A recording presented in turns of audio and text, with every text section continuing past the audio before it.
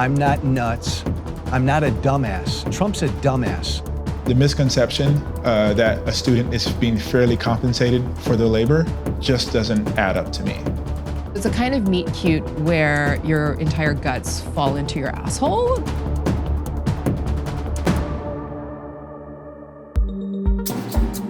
The EPA announced plans to do away with an Obama-era rule requiring oil and gas companies to prevent leaks of methane, a major contributor to greenhouse gas emissions.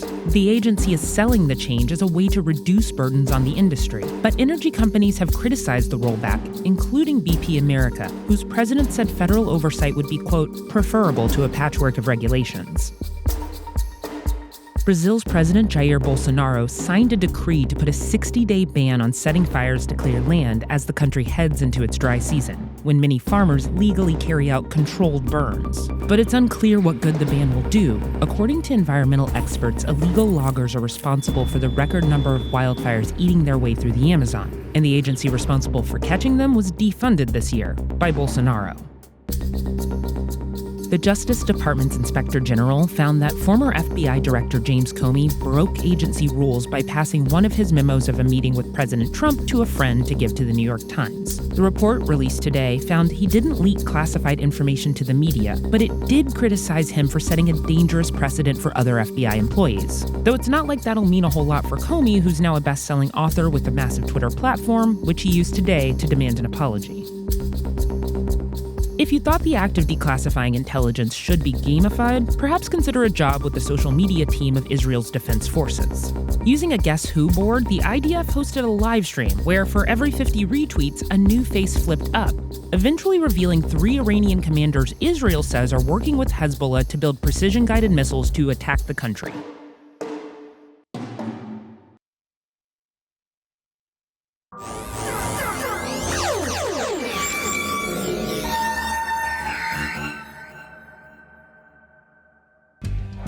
Labor Day weekend is traditionally when the presidential primary season starts in earnest.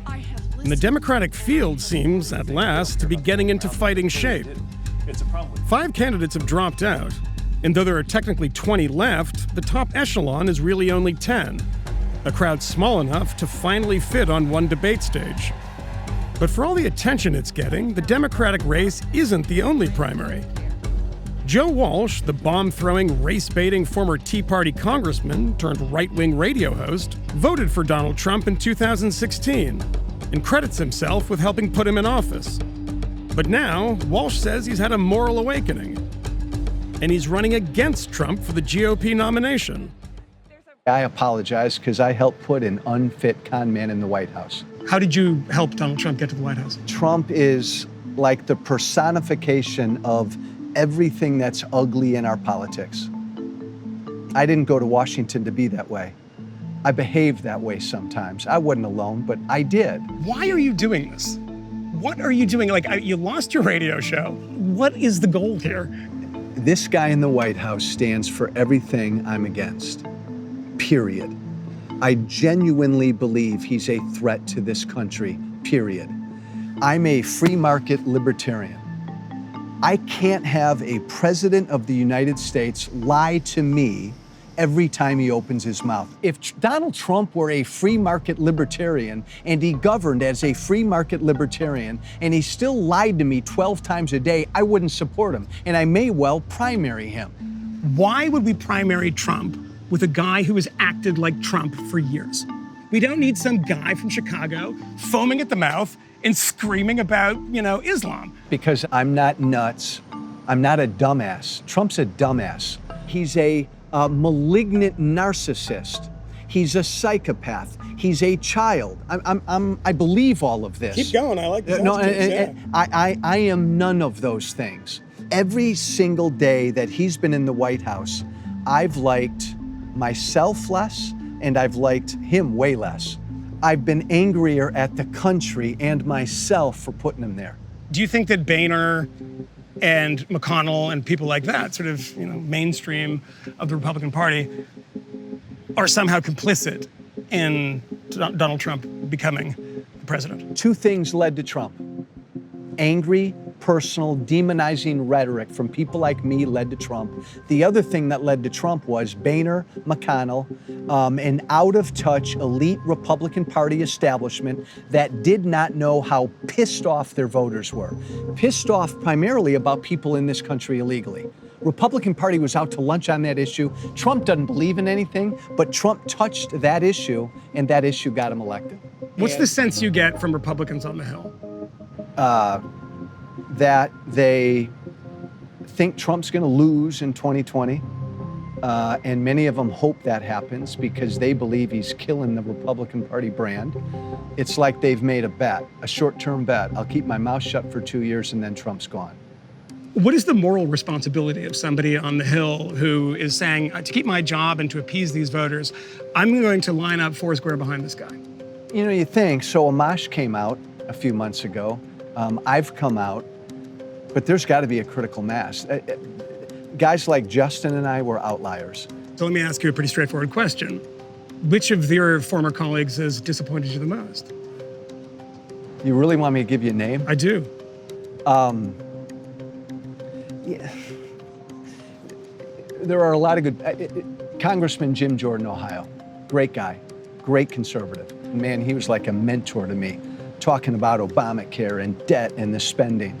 Every time Obama did anything about spending, we all called a press conference. Jordan was leading the way. Jim doesn't say anything now.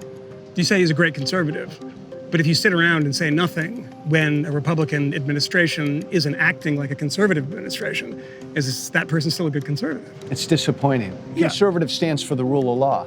A conservative wants to restrain executive power.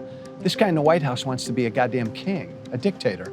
Again, remember, whenever, what was it, Obama with his pen and his phone, we all went ballistic. Jordan and the rest of us. Now they don't say a word. You wrote some really crazy shit. Really crazy shit. It's kind of recent, too. I mean, when was the last time that you said that Obama was a Muslim? It might have been a year or two ago. I don't know exactly. Why? You know what? I mean, you know that's not true. Yeah. So why did you say it? You know what? To be provocative. You're telling me right now that you knowingly lied about Obama for political gain. No, not for political gain. To push an idea. Michael, I'll get down on my knees right now. The camera won't pick me up. It's probably the most horrible thing I've put out there. Why not run as an independent? One last stab to try to save the Republican Party. Somebody should be doing what I'm doing, if only to be on the record and say the Republican Party stands for free trade, the Republican Party stands for free markets, balanced budgets, and all the rest. The Republican Party is not a racist, bigoted, cruel party. Somebody needs to say that. Republican Party brand right now sucks. Young people hate us. Women hate us. Is the president a racist? I think he is, but I think less so than he's just a guy who effing loves Donald Trump. So he'll use racism, he'll use bigotry, he'll use xenophobia. He doesn't know what any of those things are, but he'll use anything to help himself and help his brand. So when you say that the Republican Party isn't racist, it's kind of a hard case to make when the head of the party is himself Yeah, racist. I didn't mean to say that. Yeah. I think people view it now as racist. Yeah. People view it as a cruel, racist, bigoted, nationalist party. Yeah. Because of him. My party is anybody can come to the greatest effing country in the world, come here legally, go do your thing, go be rich, carry your gun, protect your family. I will do my best to keep government out of your life. That should be the Republican Party.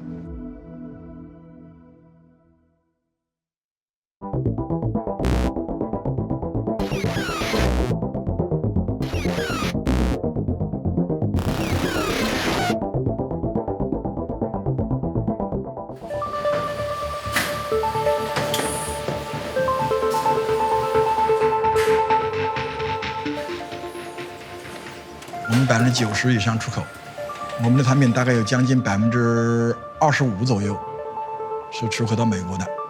美国这个稍微大一点的客户，今年上半年订单比去年同期应该增长了30%吧。Yang Guoho's factory, Kontech, is racing to finish TV screens for American RVs, yachts, restaurants, and even prisons.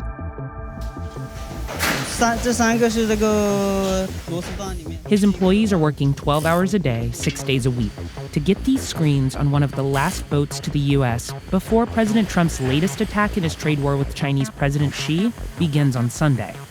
9月1号之后有我们设计的电视机的税目，那么有很多非加税，那我们赶在9月1号之前如果离港了，那对客户来讲，不税率省了嘛，对不对？ The U.S. is slapping a 15% fee on around $125 billion worth of Chinese products, from electronics to clothing to livestock. Young's plan for this latest strike. 会少赚这么多钱嘛？因为它关税增加了嘛。我们现在跟客户已经商量，就是我们承担1人1半，至于他找不找他的客户去承担，我是不管的，反正我是比较大方的。 Young's monitors are loaded onto cargo ships that sail from Yantian, one of China's busiest ports. Shipping companies here, like Longsail, know that this rush won't last. 在贸易战开始以来，然后的话，美国直接客户的进口量呈下滑趋势。那么从今年的5月10号以后，第3次涨关税25%涨了以后。 整个物流行业，我们就是面临了很多经济上会受到一定的损失。后面有一幅是我们北美区的一个美国地图，在上面的话清楚地标明了每一个基本港的情况。Guo warns that Trump's war is hurting his own people. 最终的受害者一定是普通的 consumer。 就是普通老百姓，沃尔玛、Target 他们会把这个增长的这个税金考虑到他们的成本中去，他们会把这个卖价也会做相应的提高。那么这样的话，就是谁到最后去买这个产品，那么就等于他的付出了更多的金钱。 Americans may be about to pay more, but right now, Chinese workers are losing jobs. 我那个过了吗？ Gong Pengfei's company makes circuit boards. 以前就是正常是我们，你看这个凳子就可以知道，我们每一个工位都有一个，就是一边大概有15、16个人的样子。 Gong's staff is a third of the size it was last year, but that doesn't mean the jobs will transfer to Americans. 基本上我们以前做的产品，美国的客户都已经撤到越南、中东、还有印度、还有泰国那边的市场了。作为我们的老板，我们也是心痛的。你巅峰时刻是50、60人的，然后从我们现在到目前为止都只有10几个人。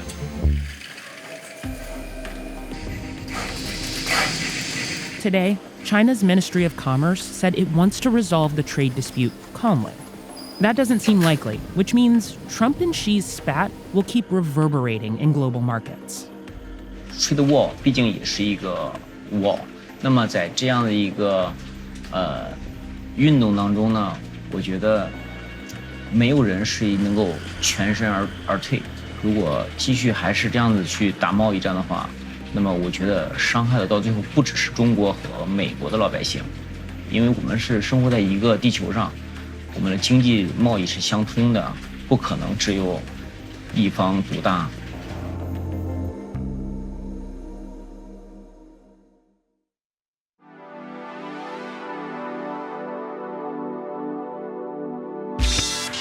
College sports is a multi-billion-dollar industry, but student athletes are prohibited by the NCAA from getting anything more than a scholarship for their efforts.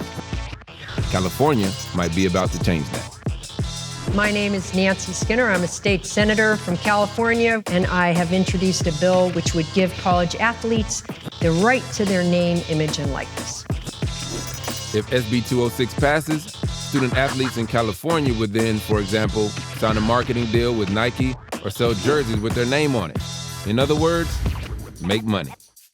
Let's take Caitlin Ohashi, the incredible gymnast at UCLA. If she tried to monetize her YouTube viewership, she'd be kicked out of NCAA. Whereas if I were clever enough and had some skills on a trampoline or something and I got that many viewers, I could make money off of it. So that's really what we're doing, is giving college athletes the right that all the rest of us have. I saw some data that would suggest that the highest paid state employee was a collegiate head coach.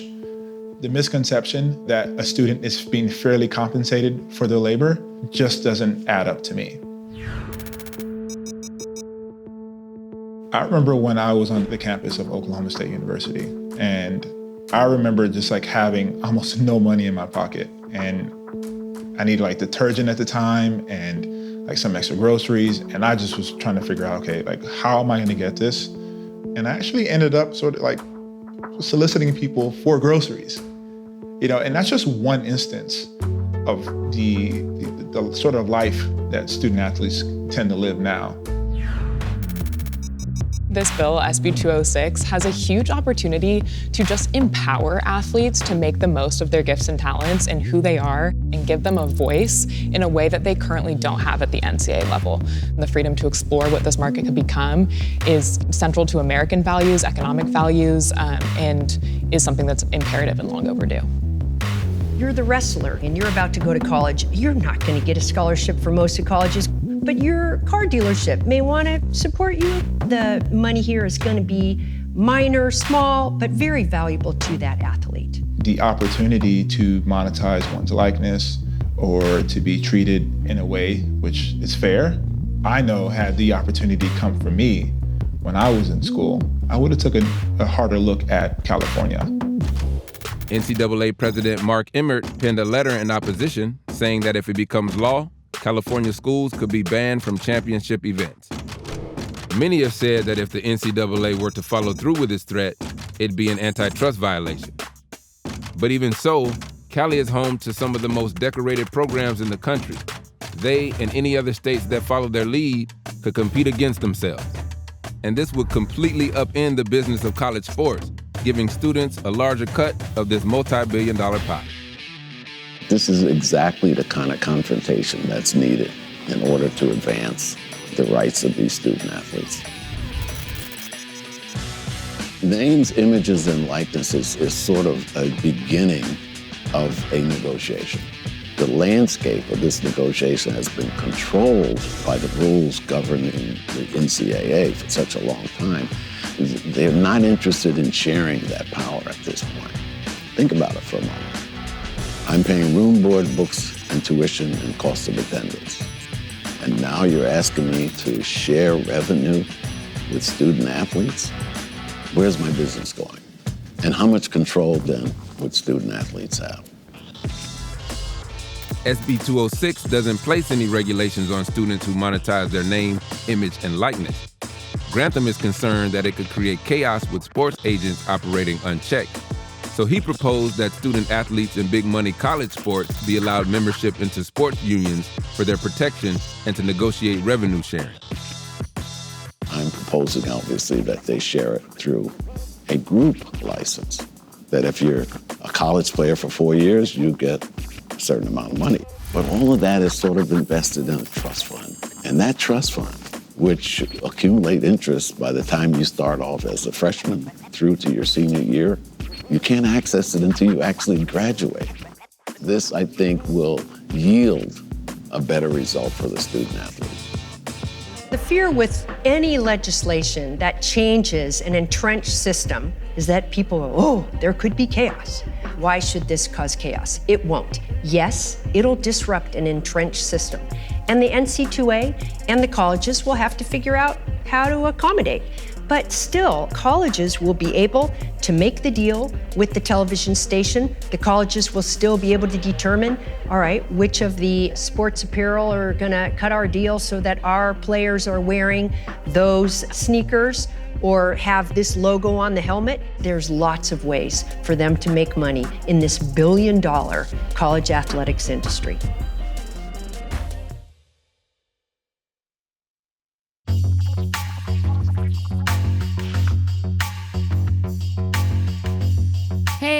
HK Choi, and I'm here to talk about Permanent Record. And full disclosure, I used to work here. It's a love story that is a young adult novel that follows Pablo and Leanna, who meet and fall in love. Unfortunately, Pablo is a college dropout with crippling debt, and Leanna is a pop star juggernaut with millions of followers across all social platforms, and she has clout for days. Leanna isn't based on any one single person. People have made the illusion that she is reminiscent of an Ariana Grande, and certainly Pablo is not based on Pete Davidson. So expensive and special that she's never allowed to steer, the cargo of her own body being too precious.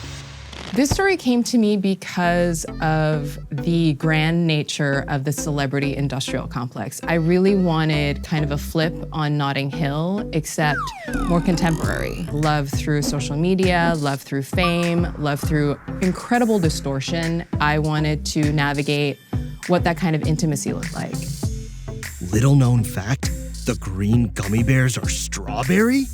If sentences could reinstate your virginity, this would be a strong contender. When you live in New York, anything can happen at any given time, and I did not know a location that would allow for more suspension of disbelief, like having some pop star walk into your bodega and you start dating, like New York. It's a kind of meet cute where your entire guts fall into your asshole because the pressure is really high. And they hit it off, and of course hijinks and all sorts of melodrama ensues. It's the equivalent of giving a child the keys to a Bugatti Veyron and expecting it to turn out okay. So I grapple with student debt in this book, and actually also really predatory credit practices, which is kind of deeply unsexy to be like, I wrote a YA book about finance. The student loan debt in this country is $1 trillion. That is just clown car money. That is just the trash can emoji. I do think it's a really important part of understanding a young person in terms of why they may hesitate to make mistakes. I've gotten Hawaiian a few times too, since it's every mixed kid's birthright to endure countless rounds of, yo, let me guess what you are, for sport.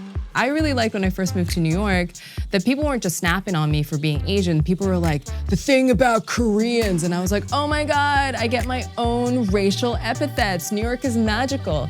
Pablo is a mixed heritage South Korean and Pakistani kid. And his friend group, similarly, the swirl is just glorious. Food is a really big part of Permanent Record because that is a mixed kid's love letter to both sides of his heritage. He doesn't feel insecure or feel less Korean because he's throwing Kraft American cheese singles into his ramen, because as he knows, any self-respecting Korean person would do that with a little bit of corn and maybe some Spam. I swear to God, Instagram is Taco Bell for your head. The thing that people really sleep on is how resourceful, almost insidiously, 8th graders are. If you really want to know what's going on with the youth, really talk to middle schoolers, because that is a treasure trove. I still care about what young people care about, not only just to sort of scrape their data and sell it to other people, but just to know where we're heading. I'm not gonna sit and make every TikTok or Fortnite reference just because that would be dated almost immediately. I love how quickly culture changes. Even just keeping track of the velocity of that is just really invigorating and super fun. It's something I'm gonna do for a long time until it really embarrasses me.